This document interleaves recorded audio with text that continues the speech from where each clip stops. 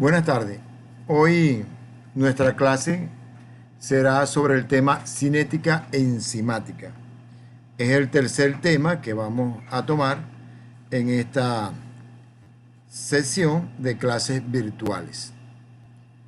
El objetivo terminal de este tema es que al finalizar esta unidad, el estudiante estará en capacidad de relacionar los diversos factores orgánicos e inorgánicos que modifican la velocidad y actividad de los sistemas enzimáticos del organismo. El estudio de las reacciones químicas catalizadas por enzimas recibe el nombre de cinética enzimática, la cual estudia la velocidad de los cambios del estado inicial y final de los sustratos que pasarán a producto, y generalmente son reacciones de tipo reversible en el cual en un momento determinado estos productos pasan a sustrato y después sustrato a producto, es decir, se mantienen en equilibrio. Y por supuesto estudia la cinética enzimática los factores que modifican a estas reacciones. La velocidad de la reacción puede definirse entonces como el cambio de la concentración de sustratos a productos por unidad de tiempo. Y uno pudiera medirlo de dos maneras, como la desaparición del sustrato o como la aparición del producto. Y va a haber una reacción intermedia donde está el complejo enzima-sustrato que no se ha convertido en producto y que no aparece ya en ese momento como sustrato. Debido a esto, entonces, vamos a medir la velocidad de la reacción como la cantidad o concentración de producto que aparece en una unidad de tiempo y no como la cantidad de sustrato que desaparece. ¿Cuáles son los factores que modifican la velocidad de la reacción de la enzima? Bueno, uno es la concentración misma de la enzima.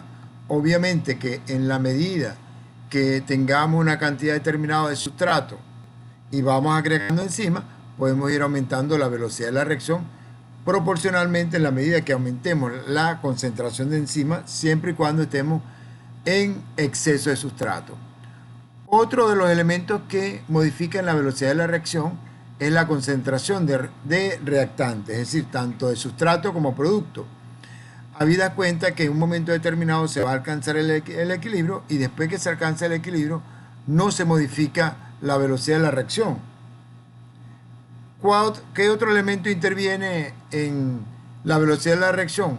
El pH, puesto que el pH representa la fuerza iónica del medio, la cantidad de cargas. Y ya veremos más adelante en esta misma clase que para que se lleve a cabo la reacción enzimática debe haber una complementariedad, además de morfológica, entre el enzima y el sustrato. Debe haber una complementariedad de carga. Y cuando hablamos de carga estamos hablando también de la concentración de hidrogeniones, la concentración de hidroxilo, y eso tiene que ver con el pH. ¿Qué otro elemento interviene en la modificación de la velocidad de la reacción? Temperatura. A mayor temperatura, mayor velocidad de la reacción, pero en términos finitos. Y en menor temperatura, disminuye la velocidad de la reacción. Otro elemento son los inhibidores y activadores, ya sean que inhiben o que activan. Vamos entonces a definir qué es una enzima. Son generalmente proteínas especializadas en la catálisis de reacciones biológicas con extraordinaria especificidad y alto poder catalítico. En cuanto hablamos especializadas en la catálisis de las reacciones biológicas, significa entonces que ellos catalizan una reacción específica y no otra. Una reacción específica y no otra. Y su poder catalítico es tan elevado que puede llegar hasta 20.000 veces la velocidad de la reacción si en presencia de enzimas que la catalizan, y esta se pudiera llevar a cabo en ausencia de enzima, pero sería, por decir, una aparición de un producto, por decirlo, en una hora, mientras que en esto pudiera ser 20.000 productos en la misma hora en presencia de enzima. Cuando hablamos que se tratan generalmente de proteínas es porque la gran mayoría, el 99% de las enzimas son proteínas. Sin embargo, no todas las proteínas son enzimas. Y la excepción de que sea que no sea una enzima lo vemos cuando analicemos los denominados de RNA nuclear pequeños o denominados SNUR, que son estructuras de nucleótidos que cumplen una función enzimática. Esa es la excepción. Las enzimas llevan a cabo reacciones que sean energéticamente favorables, que no modifican el sentido de los equilibrios químicos, sino que aceleran su consecución. Esto significa que una vez que se alcanza el equilibrio entre enzima, mejor dicho, entre sustrato y producto, hasta ahí llega la enzima. En el equilibrio es posible que sea que en un momento determinado que existan 50 milimoles de determinado sustrato y 50 milimoles de determinado producto. Esa es una forma de equilibrio. Sin embargo, vamos a encontrar que en otros el equilibrio sería, supóngase, sustrato 30, producto 60. O al contrario, puede ser. Entonces, esa consecución del equilibrio que se haga más rápido, lo realizan las enzimas. Aceleran la consecución del equilibrio, pero no modifican el equilibrio. Si en el equilibrio, en ausencia de enzima, en una relación sustrato-producto 30 a 20, por decir algo, pues ellos sencillamente hacen que se consiga más rápido, pero no va a modificar que sea 30 a 50. Las enzimas tienen una clasificación de acuerdo a la Unión Internacional de Bioquímica en 6 grandes grupos. Estos grupos son los siguientes. El primer grupo corresponde a la oxirreductasa o deshidrogenasa. Estas catalizan reacciones de oxirreducción, la que implican la ganancia, en este caso reducción, o pérdida de electrones, oxidación, en una reacción. Las más importantes son las deshidrogenasas y las oxidasas. Actúan en conjunto con una coenzima, como en este caso el NAC, nicotinamina adenina dinucleótido, o el NAC fosfato, nicotinamina adenina dinucleótido fosfato, quienes estas coenzimas intervienen o su actividad es básicamente capturar los electrones para poder transferirlo desde la enzima hasta el sustrato o producto o viceversa. Luego tenemos un segundo grupo denominado las transferasas. En este caso hay transferencia de grupos funcionales de un carbono, ya sea aldehído, cetónico, etc. También pueden transferir otros elementos de mayor complejidad, por ejemplo, acilo, que son ácidos grasos, glucosilo, fosfato, sulfato, etc. Un tercer grupo, que es el grupo de las hidrolasas. En este caso producen hidrólisis de ésteres, de enlaces glucosídicos, de enlaces peptídicos, de carbono nitrógeno, anhídrido de ácido. Entonces, cada vez que vemos hidrolasa, estamos hablando de una enzima que hidroliza, corta un enlace covalente. Luego tenemos el grupo de las liasas. Esta adiciona dobles enlaces a carbono-carbono, o carbono-oxígeno, o carbono-nitrógeno. Adiciona un enlace adicional y forma un doble enlace. Luego el quinto grupo es el grupo de las isomerasas. Son reacciones de isomerización, son racemasas. Ya veremos algunos otros detalles adicionales. Y el sexto grupo son las denominadas ligasas. En este caso es formación de enlaces con excisión o con escisión de ATP. Se puede formar un enlace carbono-oxígeno, carbono-sulfato, carbono-nitrógeno, carbono-carbono, pero requieren energía y esa energía la va a aportar el ATP, adenosín trifosfato. Ahora fíjense lo siguiente, además de estos 6 grupos que me he mencionado, cada grupo tiene subgrupos y esos subgrupos son bastante numerosos en algunos casos. Y estos subgrupos están realmente especificados para los tipos de reacción dentro de ese gran grupo que funciona. Fíjense entonces la oxirreductasa, que cataliza reacciones de oxirreducción al adicionar o sustraer hidruro o un hidrógeno. El grupo 1.1 actúan en grupos de alcohol, en grupos alcohólicos, pues. Esa es su función. Ellos hacen oxirreducción en grupos alcohólicos. El grupo 1.2 hace reacción de aldehído o cetona en alcohol para transformarlo en alcohol. El grupo número 1.4 actúa en grupos aminos. El grupo 1.6 actúa en grupos NAC o NAC fosfato y así sucesivamente. Estos son los subgrupos más importantes de este grupo. Cuando vemos el grupo de ferasa, tenemos varias subclasificaciones. El 2.1, en este caso, transfiere un átomo de carbono en sus diferentes formas. Ese es el 2.1. Pero pueden transferir aminoácidos, sería el grupo 2.3. Y el grupo 2.6 transfiere nitrógeno en sus diferentes formas. Y el grupo 2.7, fósforo en diferentes formas. Son entonces transferasas. Cada vez que estemos transfiriendo un grupo de cualquiera, estamos haciendo una transferencia. Luego tenemos ese grupo de las hidrolasas, gran grupo, que introducen una molécula del agua en el sitio de la rotura. Estos hacen hidrólisis, rompen enlaces con la característica de que adicionan una molécula de agua. Entonces tenemos el grupo 3.1 que hidroliza ésteres, o el grupo 3.2 que hidroliza carbohidratos, o el grupo 3.4 que hidroliza enlaces peptídicos, o el subgrupo 3.5 que hidroliza enlaces carbono-nitrógeno de diferentes enlaces peptídicos, con la característica que en cada vez que hacen esa hidrólisis agregan una molécula de agua.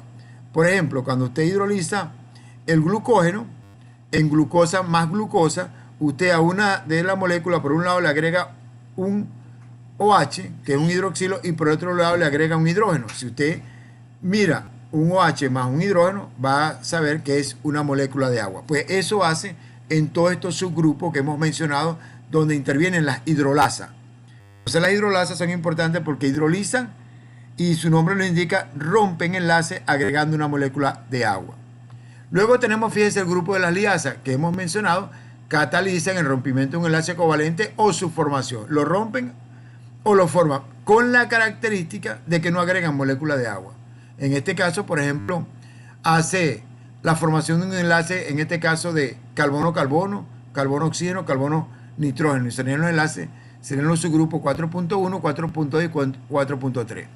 Luego estudiaremos el grupo de las isomerasas. Fíjense, catalizan esta reacción química en sus diferentes posibilidades. Moléculas con igual fórmula condensada y diferentes fórmulas desarrolladas, o con propiedades químicas iguales y físicas diferentes. Las enzimas distinguen las diferentes formas de isomería.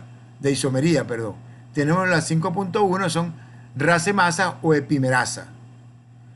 5.2, cistran isomerasas. 5.3, oxioreductasa intramolecular. Es decir, fíjense, no es lo mismo decir que tienen la L-glucosa que la D-glucosa. Dextro es a la derecha y L es a la izquierda.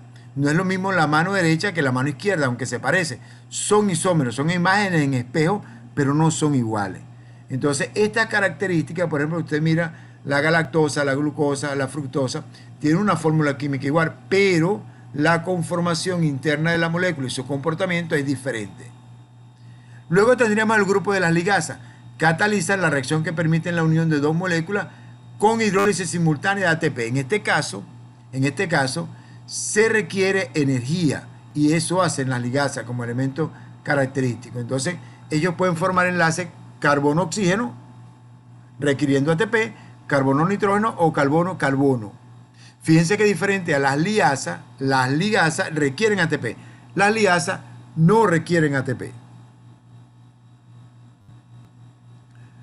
Veamos algunas otras características entonces de las enzimas. Alta especificidad, catalizan una sola reacción química y esencialmente ninguna otra, lo cual significa que, por ejemplo, la glucosa 6-fosfato deshidrogenasa, ella solamente actúa sobre la glucosa. ¿Para qué? Para hacer una deshidrogenación. Pero ella no va a actuar sobre un aminoácido y no va a actuar sobre galactosa, solamente sobre glucosa. Tienen complementariedad enzima-sustrato de tipo estructural, óptica y de grupo químico, susceptible de modificación por la enzima en un sitio específico, es decir, en el centro activo de la enzima. Significa que entonces el centro activo de la enzima es una entidad morfológica, un sitio que tiene una característica como usted colocar un cuadrado, pues, o colocar una mano. En esa mano usted va a retener un puño. El puño solamente entra de determinada manera y no de otra forma. Si usted cambia de puño derecho a puño izquierdo, pues no va a entrar.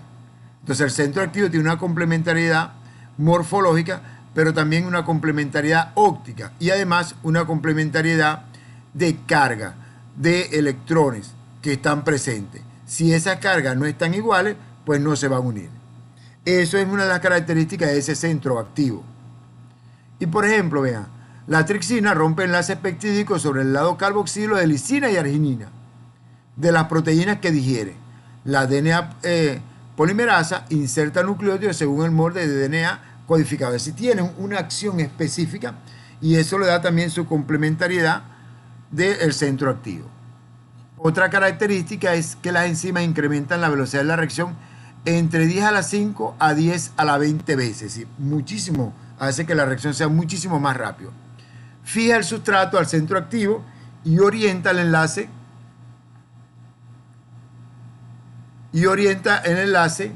susceptible para la transición fácil. Forma intermediarios inestables enzima-sustrato que luego generalmente pasan a la conversión de producto, pero si no se logra llegar a producto, se regresa a sustrato. Recuérdense que la enzima puede intervenir en la reacción, de hecho lo hace, pero no se transforma. Proporciona grupos funcionales, dadores o aceptores de protones de enlace, eso hacen las enzimas en su centro activo y en los centros que cooperan hacia el centro activo. Otro detalle es que induce tensión con el resto de la estructura enzimática para la ruptura de enlace. Es decir, tenemos el centro activo, pero una vez que entra como sustrato debe transformarse en producto y obviamente el producto es un elemento estructuralmente diferente al sustrato.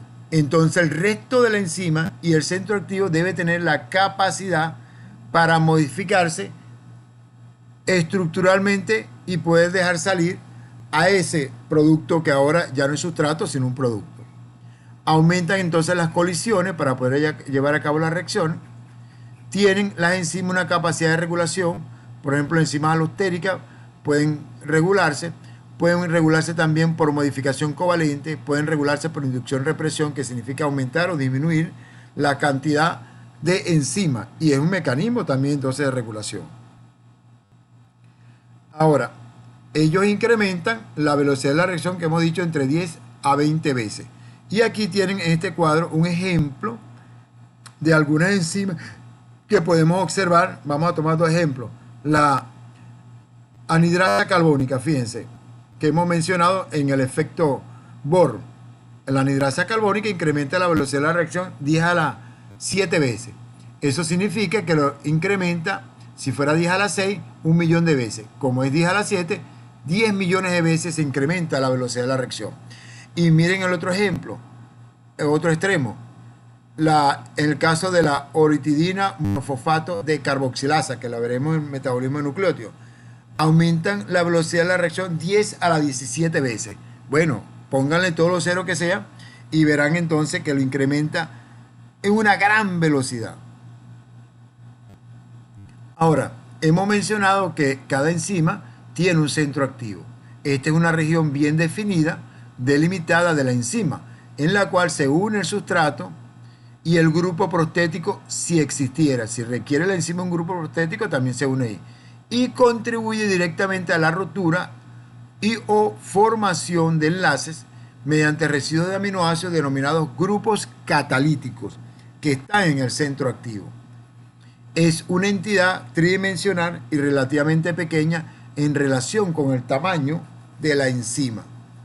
Se une al sustrato por enlaces relativamente débiles, de tal manera que le permite interaccionar y en el momento que se quiera o se requiera que el sustrato salga convertido en producto, lo libera. Tiene grupos catalíticos y grupos de fijación. Los grupos catalíticos realizan la transformación de acuerdo a la Unión Internacional de Bioquímica, esos 6 grupos y sus subgrupos, depende de lo que estemos haciendo. Lo fijan, o sea, lo agarran con una mano y lo cortan o lo moldean con la otra. Interactúan con el sustrato según los modelos de Fischer y Kostland que describiremos. Fíjense entonces, este es el centro activo para que vean que es una entidad morfológica que en este caso una cavidad redondeada morfológica tiene una complementariedad, si miran acá, de carga. Ve aquí tiene una carga negativa y se va a complementar con una carga positiva. Si esto fuera igual, positivo con positivo se rechaza. Pero además tiene una complementariedad óptica. Digamos que esta es una L-glucosa. Si fuera una D-glucosa, no va a entrar porque quedaría lo contrario aquí. Entonces fíjense que ella entra perfectamente. Esta es la mano derecha donde tiene el pulgar en el lado donde está el H, por ejemplo, y pone la mano izquierda, obviamente el pulgar queda diferente y entonces no va a poder entrar. Tiene entonces una complementariedad, además de morfológica, óptica. Y decimos morfológica porque esto es redondito. Si esto tuviera estos dos complementos ópticos, pero fuera cuadrado, no entrara. Así de sencillo. Otro detalle del centro activo, fíjense, aquí tienen, vean que esto es toda una entidad, esta es la acetilcolinesterasa, el tamaño que tiene, y en cambio la entidad del centro activo es una entidad sumamente pequeña en relación con el resto de la estructura. Vean entonces la papaína, toda la estructura que tiene acá, y en un sitio de ello es el centro activo, un sitio relativamente pequeño. Miramos acá esta entidad donde estamos observando en esta enzima que es un sitio morfológicamente definido y allí está, allí va a interaccionar el sustrato específicamente con aminoácidos que permiten su interacción de carga óptica, de carga, complementariedad óptica y complementariedad morfológica. Veamos entonces en qué consisten los modelos de interacción enzima-sustrato. El modelo de Fischer, llave cerradura, y el de Kostland, que es el modelo de ajuste inducido. El modelo llave cerradura presupone o supone que existe una estructura rígida, como una llave y una cerradura, donde va a calzar o complementar específicamente. Este sería la cerradura y este sería la llave, que sería el sustrato. Ellos entran perfectamente y luego se transforma y salen. Ahora, esto tiene algunas connotaciones que tenemos que decir. Y es lo siguiente: usted, igual que el modelo llave cerradura, mete una llave, él puede girar, pero cuando saca la llave es la misma llave. ¿Por qué? Porque no hay la posibilidad de que esta llave sufra una transformación, es decir, que cambie morfológicamente o cambie su orientación. Entonces aquí no es fácil explicar que una estructura que estaba de esta manera ahora se convierta en dos de esta manera y que la enzima no se haya transformado o no haya podido hacer una modificación morfológica. Esa es una de las deficiencias de este modelo. Entonces, esto no nos explica completamente. Luego tenemos un modelo que es el modelo de Kostland o de ajuste inducido, que es el que más se acepta actualmente, en la cual tenemos un sitio activo, como está acá. Estos sitios activos, estos que están acá, están preinducidos, es decir, están cercanos. Y en el momento que se acerca el sustrato, ellos sufren un cambio conformacional. Vean que está en forma rectangular y ahora está en forma ovalada. Y sufren un cambio conformacional y permite la unión del sustrato a la enzima. A la vez el sustrato también sufre cierto cambio conformacional para ajustarse al centro activo. Entonces hay un ajuste inducido tanto del sustrato como de la enzima. Por supuesto, una vez que se produce la hidrólisis o la transformación, o en este caso la transferencia, la ligasa, etcétera, la función que esté, la transferencia, todo lo que esté haciendo la enzima específica, entonces se libera los dos componentes como lo vemos acá, separados. Y la enzima toma su forma original como estaba, esperando otro sustrato para convertirlo en estos productos que en este caso son dos.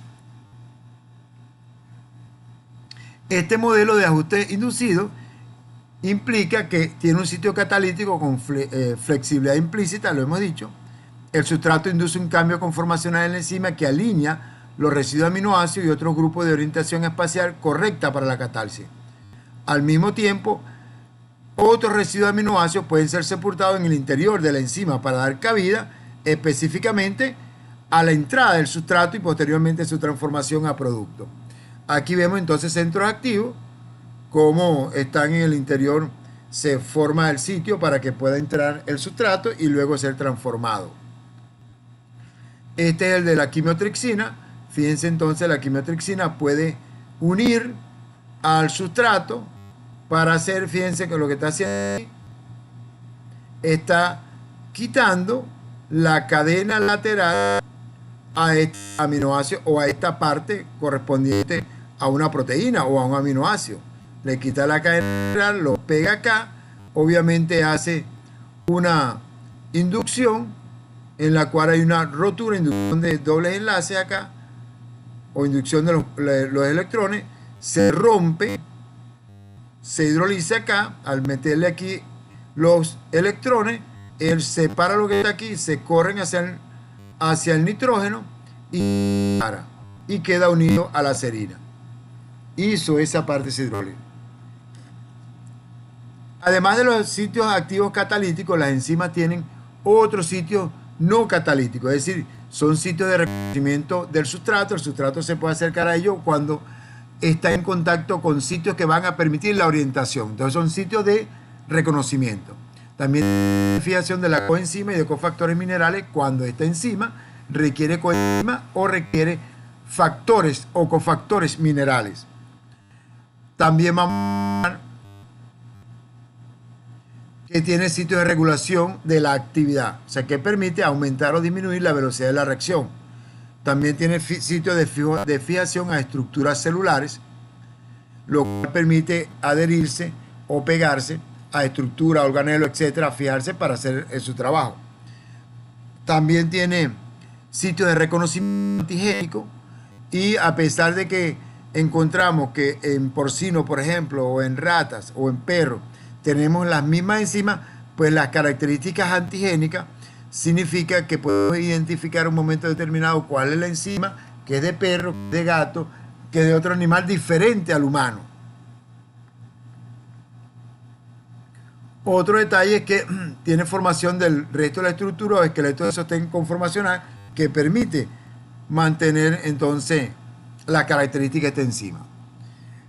Como premisa entonces, vamos a decir que las enzimas reducen la energía libre de activación y no alteran el equilibrio final de las reacciones. Fíjense entonces aquí. Esta línea que tenemos acá de este color, entonces tiene, cuando miramos la energía libre que requiere para llevar a cabo la reacción, vamos a ver que esta reacción acá es realizada por enzima. Si miramos la energía libre de activación, vemos que se requiere menor cantidad de energía en presencia de la enzima del catalizador. A diferencia de esta que vemos acá, que se realiza sin catalizador o sin enzima, lo cual significa que para poder llevar a cabo la reacción requiere mayor contenido o se le aplica mayor contenido de enzima, de energía. Esto entonces nos permite decir que las enzimas reducen la energía libre de activación. Pero cuando miramos la parte final, encontramos que en el equilibrio se alcanza en ambos casos. Se alcanzó. Y hasta allí la enzima no modifica el equilibrio final de la reacción, pero sí disminuye la energía libre de activación, acelera la velocidad de la reacción. Aquí comparamos estos dos estados, una reacción con un estado de transición nada más, y esta es una reacción con dos estados de transición. En todo caso vemos que la que es catalizada por enzima es la que está aquí abajo y es la que requiere menor energía libre de activación y se lleva a cabo más rápido, pero no afecta en el equilibrio final. Ahora, cuando estudiamos el efecto específico de la enzima, que estamos hablando sobre la velocidad de la reacción, encontramos lo siguiente. Vamos a ver entonces una reacción que es catalizada sin enzima, sería esta que está acá. Bueno, ya se lleva a cabo, vea, muy lentamente. Cuando le agregamos a la misma reacción su catalizador específico, su enzima, vean cómo es la velocidad. Entonces, se hace la velocidad de la reacción proporcional a la concentración de enzima, lo cual significa que aumenta muy o enormemente la velocidad de la reacción.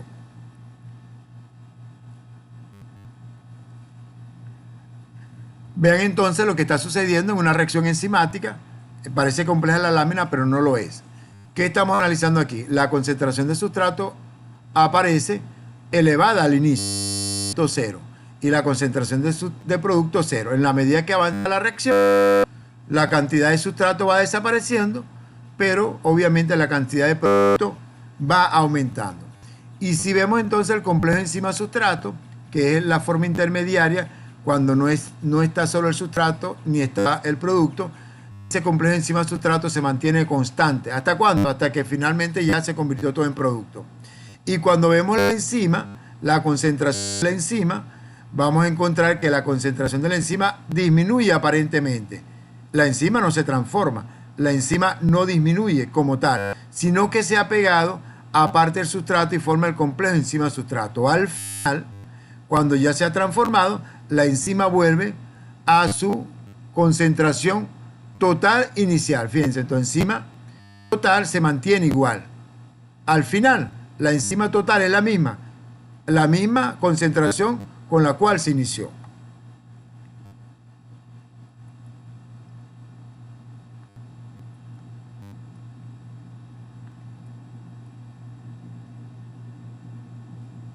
Ahora veamos qué son las coenzimas. Las coenzimas son moléculas orgánicas pequeñas, dializables y específicas de bajo peso molecular, termoestables. Se unen covalentemente a la enzima y actúan como un segundo sustrato en algunas reacciones. Son necesarias para que se lleve a cabo la reacción. Si no están presentes, no se lleva a cabo en aquellas enzimas que requieran coenzima. Entonces veamos acá, fíjense, un sustrato A más un sustrato B se va a ser transformado o unido, en este caso, por una enzima que requiere una coenzima. Entonces la enzima, coenzima más el sustrato, se unen, realizan la transformación y al final queda un producto AB que está pegado. Al final también sacamos estereométricamente lo que ha pasado, queda el producto AB, queda la enzima, queda la coenzima y el sustrato o los sustratos desaparecen. Otro detalle de las coenzimas es que cuando veamos el capítulo de vitaminas vamos a encontrar que las vitaminas, esa es la forma inicial que tienen, pero cuando cumplen su función son denominadas coenzimas. Entonces fíjense, vean, la coenzima de la biotina, como la encontramos, la vitamina biotina, es la biocitina. ¿Y qué hace ella? Bueno, transfiere CO2.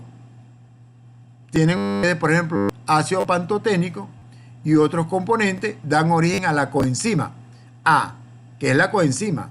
Si miramos acá, riboflavina, que es vitamina B2, ella se transforma en flavina adenina dinucleótido o contribuye a la formación de esto y esa sería la coenzima. Piridoxina, vitamina B6, cuando se transforma en coenzima, es piridoxalfosfato, pero también puede ser piridoxamina. Es decir, la forma como cumplen su función. Entonces, las vitaminas son vitaminas y se transforman en coenzimas que ayudan a las reacciones enzimáticas. Cofactores que tenemos, que algunas enzimas requieren. Cobre, por ejemplo, la citocromo oxidasa requiere cobre para llevar a cabo su función. La citocromo oxidasa, catalasa, peroxidasa también requieren entonces, además, citocromo oxidasa, además de cobre, también requiere hierro. La piruvato quinasa requiere de potasio. Exoquinasa, glucosa 6-fosfatasa, piruvato quinasa requieren de magnesio. Arginasa, ribonucleótido reductasa requieren manganeso. Dinitrogenasa requiere molibdeno. Uriasa requiere níquel. Selenio está presente en la glutatión peroxidasa. El zinc en la anhidrasa carbónica, alcohol deshidrogenasa, carboxipeptidasa A y B. Entonces, cada una de estas enzimas, no todas las enzimas requieren coenzimas ni todas las enzimas requieren cofactores, pero los que lo requieren tienen que tener presentes estos cofactores para poder llevar a cabo sus funciones. Entonces, un dato importante para ustedes es que estas enzimas las vamos a ver en el futuro, pero si ustedes son, digamos, vivos en lo que se refiere al estudio, ustedes de una vez van al libro, puede ser el libro de Harper, de Lenin o de lo que ustedes, el libro de texto que contienen, o vía internet, colocan citocromo oxidasa y ven dónde está interviniendo esta enzima para ir adelantando sus estudios, así como citocromo pudiera ser piruvato quinasa. Esta es la isla del elefante. Hablemos ahora de uno de los factores que modifican la actividad enzimática, y ese es la temperatura. ¿Cómo modifica la temperatura? Fíjense, cada vez que nosotros estudiamos una reacción enzimática donde se transforma un sustrato a un producto, tenemos que tener una temperatura que denominamos temperatura óptima, y decimos que es la temperatura con la cual la velocidad enzimática alcanza lo máximo. Es decir, temperatura óptima sería la temperatura con la cual se alcanza la máxima velocidad de la reacción. A esa temperatura determinada nosotros funcionamos adecuadamente. En el caso de nuestro organismo, la temperatura generalmente es 37 grados centígrados. 37 específicamente trabajamos en nuestro organismo, en la mayor parte de nuestro organismo. Esa sería la temperatura óptima, con excepción en el hombre de los testículos, cuya temperatura óptima es 36 grados. Y ese dato es importante mencionarlo, como no solamente porque sea una cultura de tipo general, sino una cultura científica. Los varones de todos los animales mamíferos que nosotros conocemos, incluyendo al hombre, mantienen los testículos colgando. ¿Y por qué lo tienen y deben tenerlo colgando? Porque su función, su temperatura óptima es 36 grados centígrados. Cuando el hombre, a diferencia de los otros animales, agarra, se coloca un interior sumamente pegado, y además en vez de algodón es de plástico, de licra, y se lo pone muy pegadito y se afecta a los testículos, pues sencillamente está contribuyendo a aumentar la temperatura en los testículos, y por ende puede tener efectos deleterios. En cuanto a lo que se refiere a la fertilidad, a lo mejor el hombre no puede producir espermatozoides adecuados porque la temperatura en la cual se produce fue 37 grados y quizás más, porque si hace esos tres elementos, un interior muy pegadito, ese interior es de plástico, de fibra de plástico, y además se rasura o se afeita el periné, pues sencillamente la temperatura alcanzará 38, 39, hasta 40 grados, y los espermatozoides morirán. Además de que tiene el otro efecto deleterio, que pudiera hasta producirse células germinales que pudieran transformarse en células neoplásicas o malignas. De tal manera que la temperatura óptima en nuestro organismo es 37 para el caso de los humanos. Sin embargo, encontraremos en otros ambientes, en las aguas termales, por ejemplo, que hay bacterias, la temperatura óptima puede llegar a 70, 60 grados centígrados para que puedan funcionar. Ahora, el aumento de la velocidad de la reacción por debajo de la temperatura óptima resulta del incremento de la energía cinética. Pero cuando dice el aumento por debajo, está refiriéndose a la curva. Vamos a aclararlo. Sería el aumento de la velocidad de la reacción por encima de los valores de temperatura óptima, es decir, suponga que sea 37, usted lo pone 38. En este caso, hay un incremento de la energía cinética que se le aplica tanto a las enzimas como a los sustratos. Y esto puede hacer entonces que aumente la velocidad de la reacción. Igual sucede si partimos de una temperatura de 0 grados, por decir algo, y vamos aumentando a 10 grados, a 20 grados, a 30 grados, 37 grados. Vamos a ir incrementando la velocidad de la reacción debido a que estamos incrementando la energía a la reacción, tanto a la enzima como al sustrato. Esto incrementa la posibilidad de unión, de movimiento cinético a la enzima y al sustrato. ¿Hasta cuándo sucede esto? Hasta un poquito más allá de la temperatura óptima, cuando cae bruscamente la velocidad de la reacción. ¿Por qué? Porque el incremento desproporcionado de la energía o de la temperatura desnaturaliza a la enzima y quizás también al sustrato. Vamos a ver entonces esto. Por arriba de la temperatura óptima, la energía cinética de las moléculas excede la barrera energética de los enlaces secundarios de la enzima y se desnaturaliza, lo que hemos hablado. La velocidad de la reacción se duplica por cada 10 grados centígrados que nosotros aumentamos si partimos desde cero. Si entonces partimos de cero, cada vez que aumentemos, la velocidad de la reacción se ha duplicado por cada 10 grados centígrados. Por encima de 50 grados centígrados, las enzimas se desnaturalizan bruscamente y su velocidad de reacción tiende inmediatamente a cero. En algunas bacterias termofílicas de las aguas termales, las enzimas siguen siendo activas hasta 85 grados centígrados. Ahora, estos detalles son importantes. Esto que acabamos de mencionar, claro, fíjense, si aplicamos este concepto a la medicina, para lo cual ustedes están estudiando, vamos a encontrar lo siguiente, que mantener la temperatura, ya sea en la temperatura óptima, es una emergencia. Si el individuo usted lo traslada por debajo de esa temperatura óptima, se enfría, puede llegar inclusive al punto de congelación, y entonces ¿qué va a pasar? En la medida que desciende o es menor la temperatura, pues las velocidades de las reacciones enzimáticas que son necesarias para mantener la homeostasis, que son necesarias para mantener el medio interno, se pierden. O sea, se hace más lento y el medio interno y la homeostasis se pierde. Amén de que si se llega a un punto de congelación, pues el agua, que ya lo he mencionado entre una de sus propiedades físico-químicas, es que congelado ocupa mayor espacio, reclama su espacio y va a romper las membranas celulares y va a romper las células. Por lo tanto, es necesario mantener la temperatura óptima.